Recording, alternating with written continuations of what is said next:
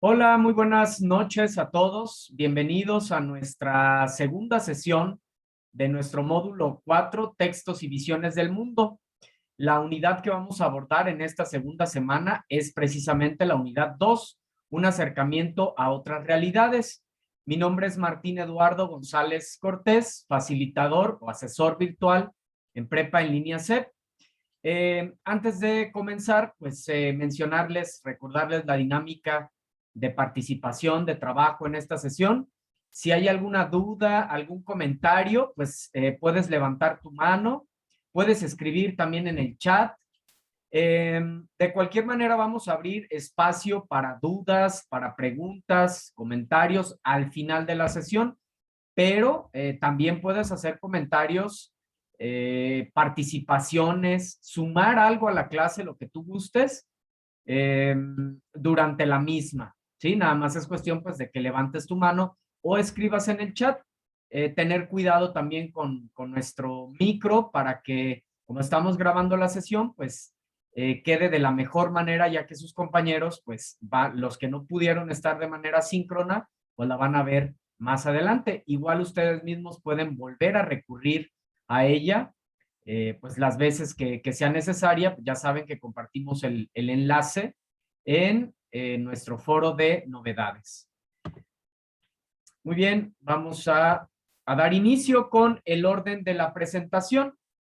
Vamos a abordar primeramente lo que es la literatura y la realidad, mundos ficticios y mundos posibles, literatura y sociedad, épocas literarias y las diferentes épocas. La literatura se divide para su estudio en estas cuatro grandes épocas, que las vamos a ver: antigua, medieval, moderna y contemporánea. Veremos también los movimientos de vanguardia, estos movimientos que surgen dentro de estos periodos históricos, lo mismo que los ismos. Abordaremos las actividades integradoras y daremos espacio para alguna duda.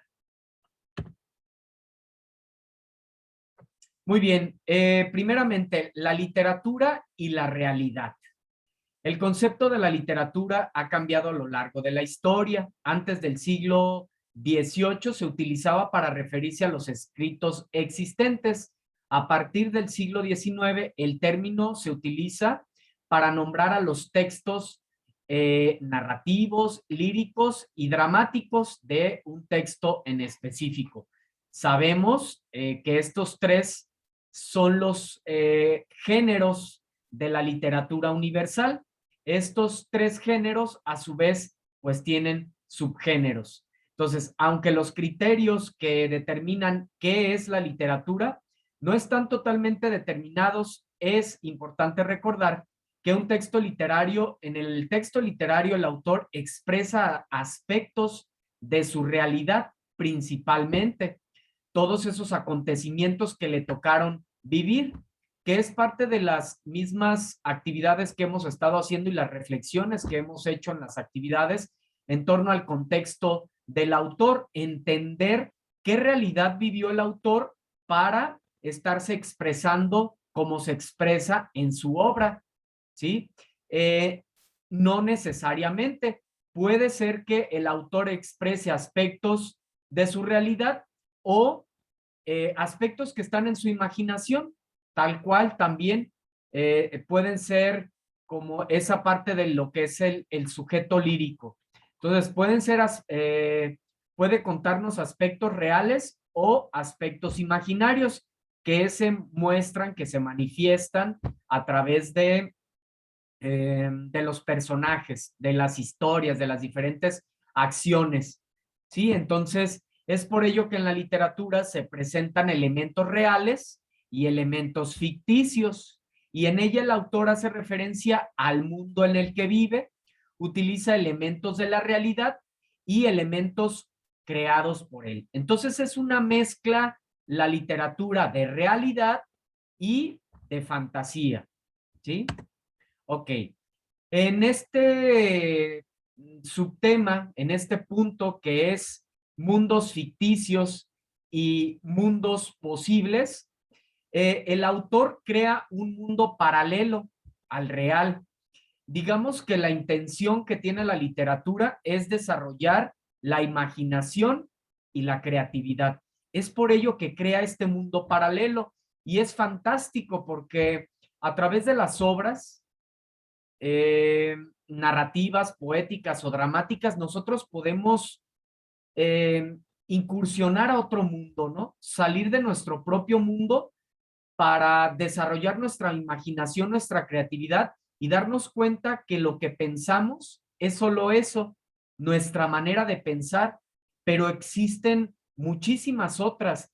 Y cuando tenemos contacto con una obra literaria, con una obra artística, podemos salir de nuestra propia realidad para percibirla de una manera distinta y darle una orientación diferente a nuestras vidas, más armoniosa, más soñadora, con mayor eh, imaginación, ¿sí? Donde potenciemos nuestros sueños, que nos demos cuenta que podemos alcanzar nuestros sueños, que hay muchas maneras de vivir de una manera armoniosa, de una manera bella, que los sueños se pueden cumplir. Me parece que esto es parte de lo significativo, de lo más, de todos esos elementos tan significativos que tiene la literatura, el arte de manera general, que nos ayuda a entender pues que podemos cumplir nuestros sueños. Entonces, en la narración el autor puede presentar, ya decíamos, elementos de la realidad, todos esos acontecimientos que le tocó vivir o aspectos que él ha desarrollado con su imaginación. A veces las situaciones adversas orillan a los autores a que creen estas fantasías donde crean otros mundos paralelos. Ya les explicaba, les compartía, por ejemplo, en el caso del Principito, esta obra tan fantástica, tan emocionante, tan bella, donde nos comparte cuestiones esenciales de valores, de principios esenciales en el ser humano. A lo mejor, si no conociéramos el contexto de producción, el contexto sociohistórico, no creeríamos o no sabríamos que fue creado en el tiempo de la Segunda Guerra Mundial. Fíjense, ¿no? Qué paradoja que Antoine de Saint-Exupéry, que es el autor del Principito, habla de esta manera tan esencial, tan bella, tocando esos temas, esos puntos tan importantes como los valores, la humanidad, el compañerismo, lo esencial de la vida, y él estaba en tiempos o escribió esta obra en el tiempo de la Segunda Guerra Mundial. Sí, a veces por eso les digo, las circunstancias adversas también nos orillan a sacar lo mejor de nosotros. Eh, los mundos posibles en la literatura son muy variados y aquí los vemos en la siguiente tabla. Está el mundo realista o cotidiano que se apega a la realidad de cualquier persona con una descripción objetiva de los objetos, personas y acontecimientos. El mundo maravilloso, se presentan seres y acontecimientos mágicos o extraordinarios en que se muestra la realidad que pueden ser posibles. El onírico está relacionado con los sueños, se presentan situaciones confusas. El mítico se trata de relatos relacionados con el origen del universo, cuyos personajes son dioses o semidioses, héroes, ¿sí? Como por lo regular esto lo vemos en los mitos, en las leyendas. El utópico hace referencia a lugares ideales o perfectos, ¿sí? Utópicos. De ciencia ficción, relata sucesos con una proyección hacia el futuro en que los avances científicos y tecnológicos se hacen presentes. El realismo expresa características de una época histórica determinada, utiliza la descripción detallada para lograr una mayor credibilidad. Me parece muy importante que aprendamos a diferenciar de estos mundos posibles, porque también esto nos va a permitir que tengamos un género de nuestra preferencia, de nuestra elección. Siempre he comentado que a todos nos gusta leer. El detalle es que a veces no sabemos o no identificamos cuál es el género de nuestra preferencia, ¿sí? Histórico, psicológico, filosófico, realista, caballeresco, ficción, terror, etcétera, ¿no? Entonces es importante que identifiquemos tanto el género que nos gusta como estos mundos posibles para poder entender la realidad que trata de plasmar el autor y la intención que tiene con su escrito. ¿Sí? Muy bien, avanzamos. La literatura y su relación con la sociedad. Qué interesante, ¿no? Explica entonces la literatura el comportamiento y los cambios sociales, por lo que es considerada una fuente de conocimiento. Nosotros, de hecho, acudimos a los libros, a las obras literarias por conocimiento. También lo hacemos porque queremos distraernos, porque queremos vivir una experiencia estética, disfrutar simplemente, salir de nuestra realidad un momento para inspirarnos y tener un cambio. Pero entonces, pues hay una estrecha relación en la literatura con la sociedad. Los movimientos literarios se definen de acuerdo con el estado de la sociedad al momento de la producción y a su vez dicho movimiento literario puede propiciar un cambio social. A ver, vamos a leer aquí el chat. Exacto, a mí me gusta mucho Stephen King en especial. Ok, pero también me gusta mucho Atados a una estrella de Claudia Celis. Muy bien, gracias por tu comentario, Cintia. Así es, creo que como les comentaba, a todos nos gusta la lectura, a todos nos gusta el arte. El detalle es que encontremos muy bien cuál es el género que a nosotros de nuestra preferencia. Les comparto, por ejemplo, en lo personal, no soy muy fan de la ficción, del terror, de ese tipo de literatura. A mí, en cambio, me gusta más lo filosófico, lo psicológico, lo realista, pero es cuestión de gustos. Aquí lo importante es identificarlo, ¿no? Muy bien, gracias por tu comentario, Cintia. Entonces, les decía, hay una estrecha relación la literatura con la sociedad, puesto que, por ejemplo, imagínense cuáles son los textos o cuál sería el fondo o cuál va a ser el fondo de los textos de las obras literarias que se estén creando en este momento. Obviamente, el fondo del arte en general, de la música, pintura, literatura, etcétera, va a estar impactado por esto que estamos viviendo, ¿sí? Por esta situación de la pandemia, el aislamiento, la contingencia ambiental, todos estos cambios que estamos viviendo, obviamente van a estar, como nos impactan a nosotros como seres humanos, pues obviamente somos nosotros los seres humanos los que vamos creando la literatura. Entonces, pues hay una estrecha relación. Lo que nos toque vivir y a los autores lo que les toque vivir, pues lo van a plasmar en la literatura, ¿sí? Entonces, para comprender un texto literario es necesario considerar lo que ocurría cuando fue escrito, ¿sí? Que es parte de lo que hicimos en estas actividades de esta primera semana, ¿verdad? Que estuvimos antes de hacer una interpretación de la obra, pues hemos estado buscando el contexto de producción sociohistórico, dónde se creó la obra, bajo qué circunstancias, qué edad tenía el autor, eh, todo lo que le tocó vivir. Todo esto nos va a ayudar a interpretar mejor una obra, porque si tal cual nos ponemos a leer una obra, claro que vamos a hacer una interpretación, pero puede ser muy subjetiva, puede ser muy alejada de lo que en realidad el autor quiso entender. Entonces, entre más investiguemos del tema, de la obra en cuestión, al autor mismo, vamos a tener una mejor relación con la misma. Les ponía también el ejemplo de Ana Frank, ¿sí? Si nosotros leemos el diario de Ana Frank y no sabemos el contexto de producción, muy probablemente no vamos a tener un impacto tan significativo. En cambio, sí conocemos que fue creado igual en la Segunda Guerra Mundial, en el tiempo del Holocausto, que estaban matando a su familia y todas estas atrocidades de este tiempo, pues vamos, si conocemos esto, antes de leer la obra, cuando la leamos, vamos a ser mucho más sensibles, nos vamos a situar en un contexto. Entonces ahí está esa estrecha relación de la literatura con la sociedad. Vamos a darle la palabra. Perdón, había visto que alguien levantó su mano o fue por error. No, sí fui yo, pero fue por error, perdón. Ok, Cintia, muy bien. Sí, cuando gusten, en cuanto quieran hacer un comentario, bienvenidos sus comentarios. Muy bien, entonces, la sociedad pues está en constante cambio, construye nuevas realidades a partir también de la literatura.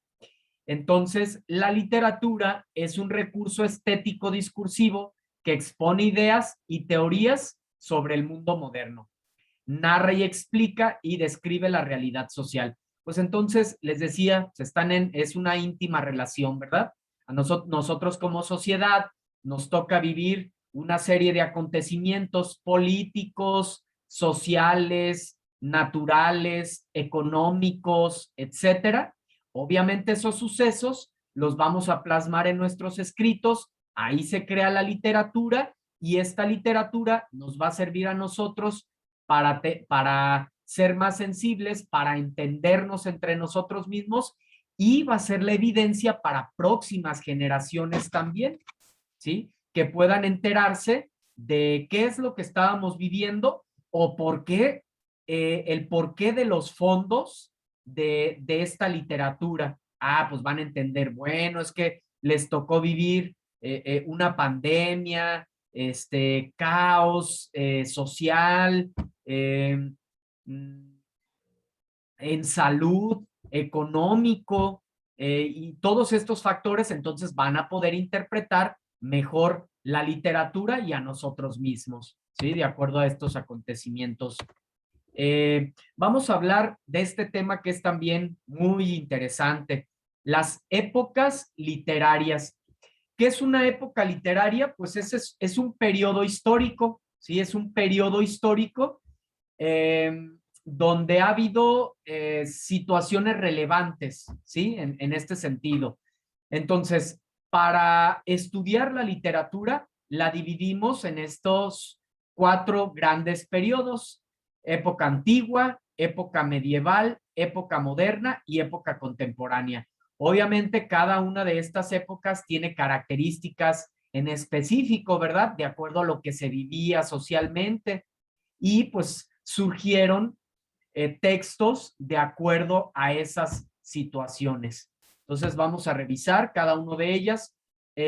La época antigua, que abarca desde el surgimiento de la literatura hasta el siglo V. Su principal localización geográfica es China, Japón e India, Europa antigua, que es Grecia y Roma. Las obras, en este caso, el fondo que tenían las obras intentan explicar los fenómenos naturales. Pues imagínense en ese tiempo, ¿no? Apenas no había tanto avance en la ciencia e intentaban explicar por qué sucedía todo. Es por eso que era tanta fantasía, dioses mitológicos y demás en esas obras, porque era lo que les tocaba vivir, lo que estaban experimentando. ¿Sí? Entonces surgen mitos y fábulas, así como códigos de conducta. Más adelante en Grecia y Roma, las obras se centran en la naturaleza del hombre.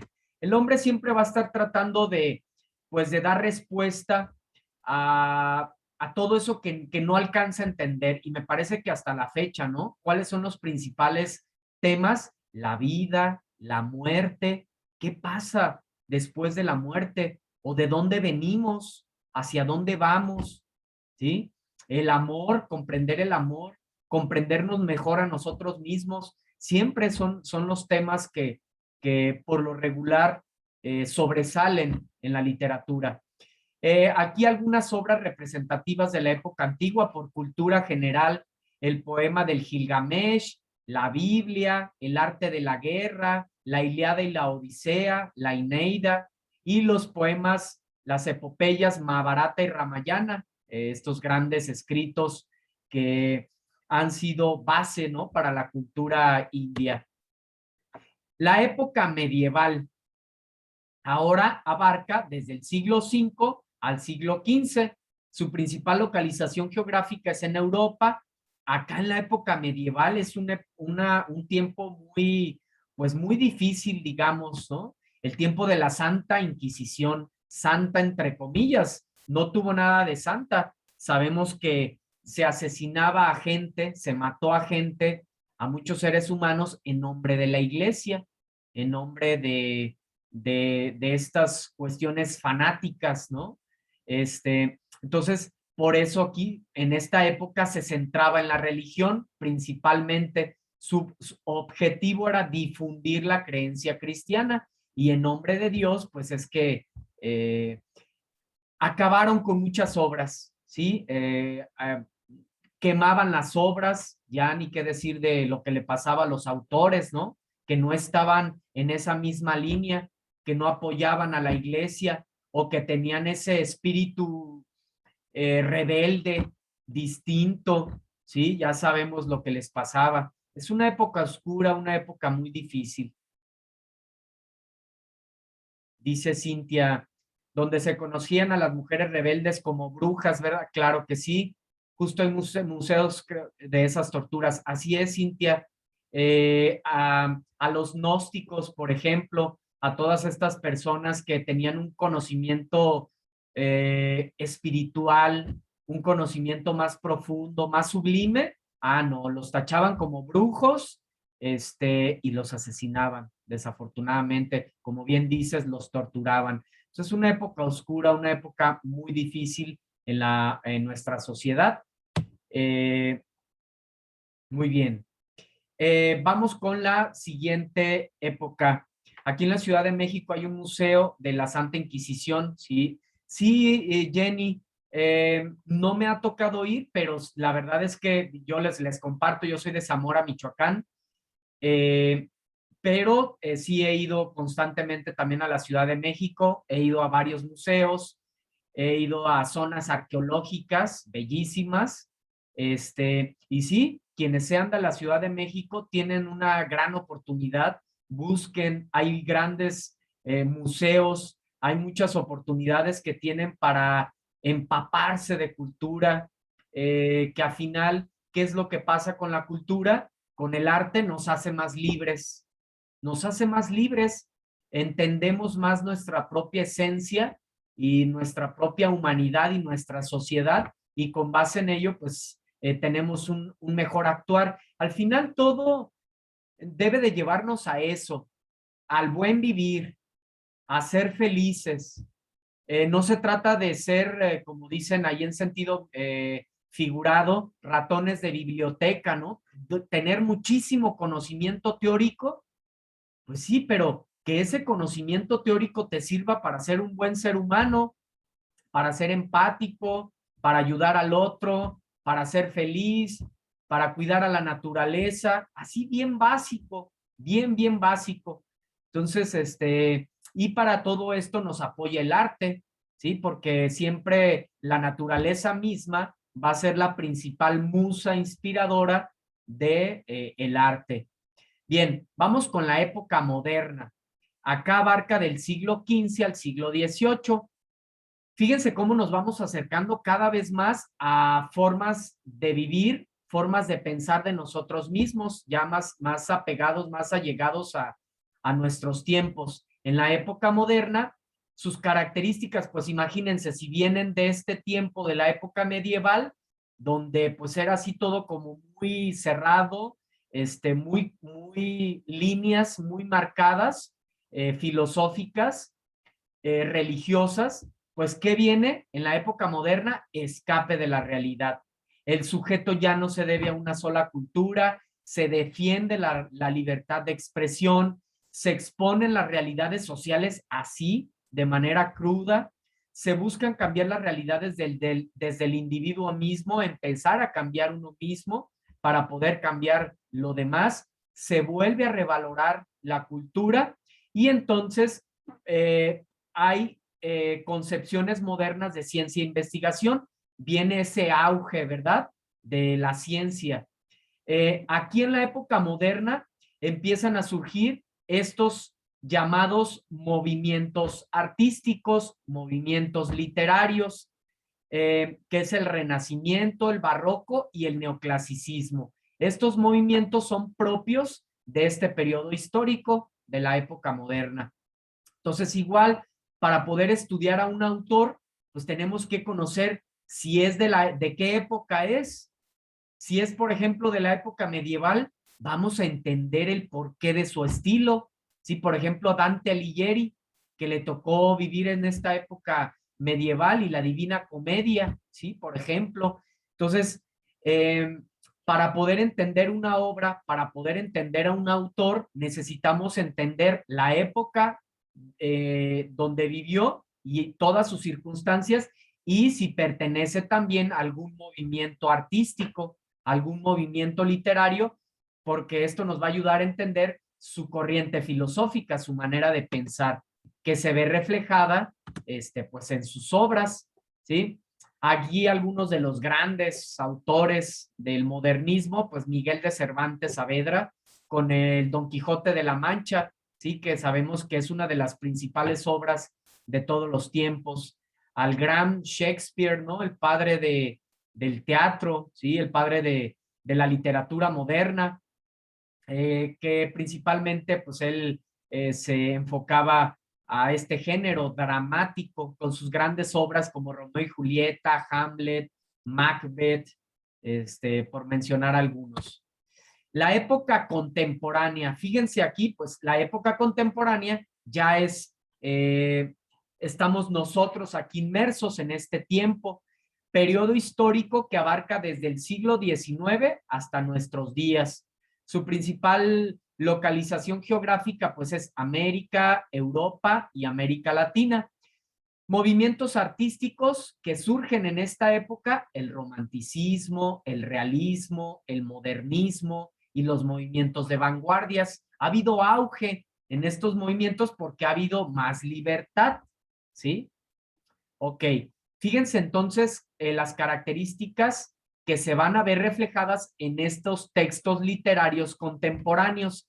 El ser humano atraviesa una pérdida de identidad y la literatura va a acompañar ese proceso de búsqueda y de reencuentro.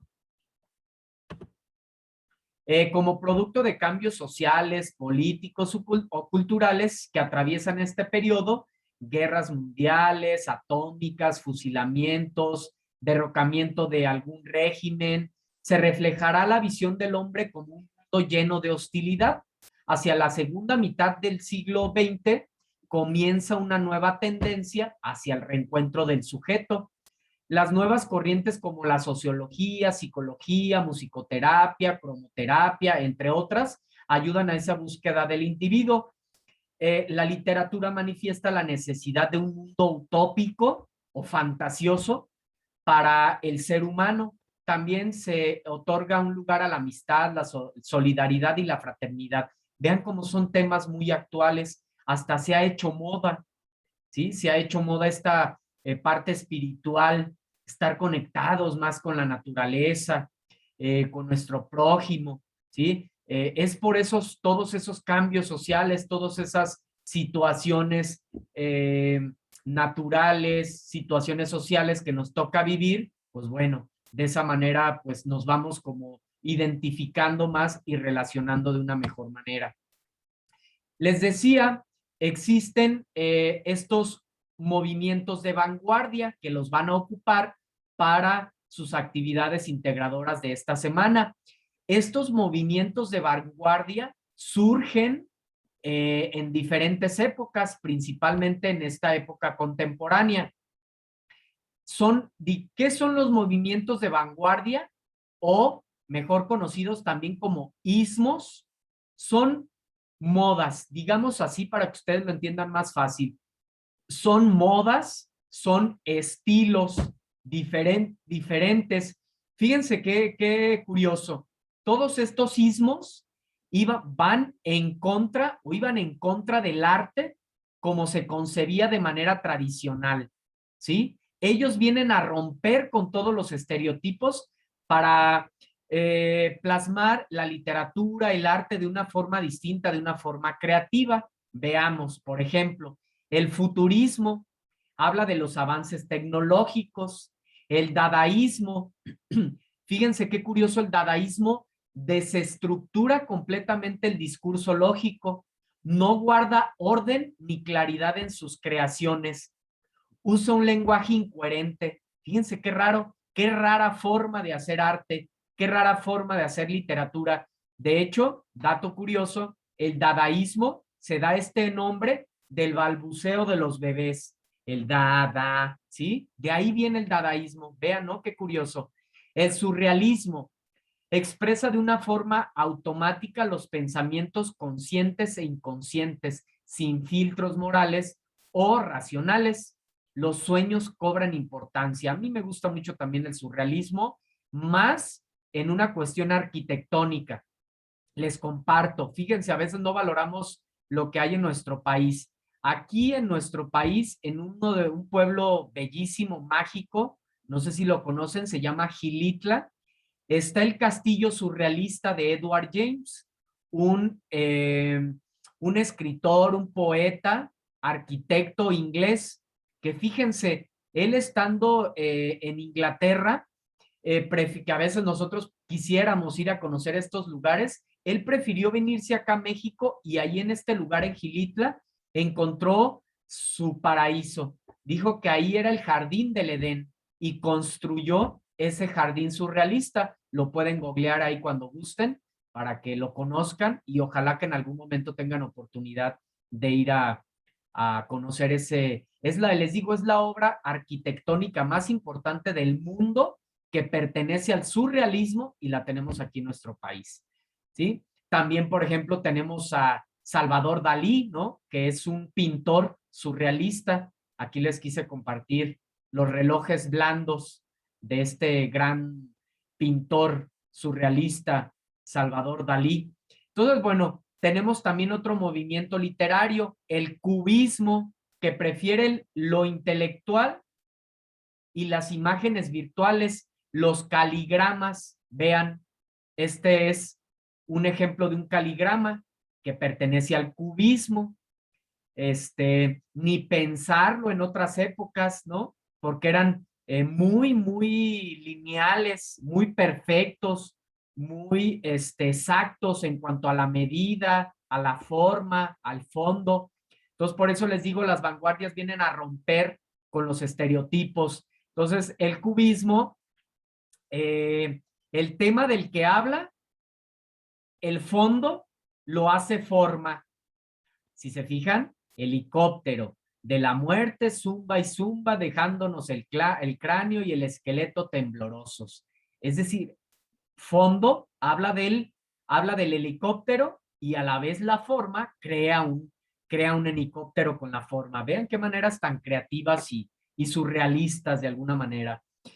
El creacionismo, otro movimiento literario, prefiere la creación sobre la imitación de la realidad. El expresionismo rechaza que el arte refleje lo extremo y se centra en lo interior. El ultraísmo se da en España, usa la metáfora, omite los conectores sintácticos, la puntuación y busca generar imágenes virtuales, ¿sí? Fíjense, pierde cohesión, pero es parte de su estilo, ¿sí? Entonces, ojo porque estos movimientos los van a ocupar porque van a investigar las corrientes, los movimientos literarios a los que pertenece los autores de las obras, de las actividades de esta semana. Bien, a ver, vamos a leer su comentario.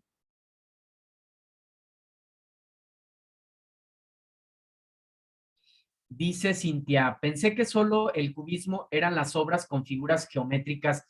No, pero qué interesante, ¿verdad, Cintia?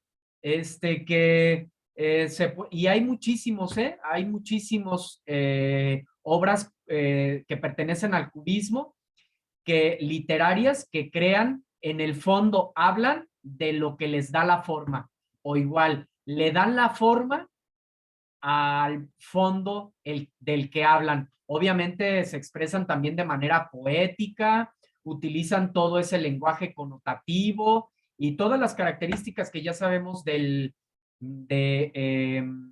la literatura. También comentarles que eso me parece muy interesante, que siempre recordemos que estos movimientos literarios impactan a todas las artes. Es decir, tenemos literatura futurista, arquitectura futurista, música futurista, danza futurista, cine futurista. Lo mismo para el surrealismo. Tenemos música surrealista, danza surrealista. Es decir, los movimientos impactan a todas las artes. Me gusta siempre compartirlo de una manera general para que no crean que solamente estos movimientos son literarios, sino que también impactan a todas las artes. De esa manera nos volvemos como más sensibles, más críticos y estamos como con más apertura cuando vamos a una ciudad o empezamos a analizar las construcciones que existen en nuestra ciudad. Eso es muy significativo, que aprendamos a darnos cuenta la arquitectura que existe en nuestra ciudad, a qué época pertenece, a qué movimiento, qué es lo que trata de expresar una construcción con el exceso de forma o con la falta de forma, con la simetría o con la asimetría, con la abundancia en colores o por el contrario, la parte neutra. Todo eso nos quiere decir algo. ¿Cómo lo vamos a saber? Pues al conocer los movimientos literarios. Ok, está por cortarse la sesión, esta primera sesión está por cortarse. Vénganse nuevamente para nuestro segundo momento. ¿Sale? Entonces aquí los espero. Ingresen con los mismos datos. Aquí los espero nuevamente.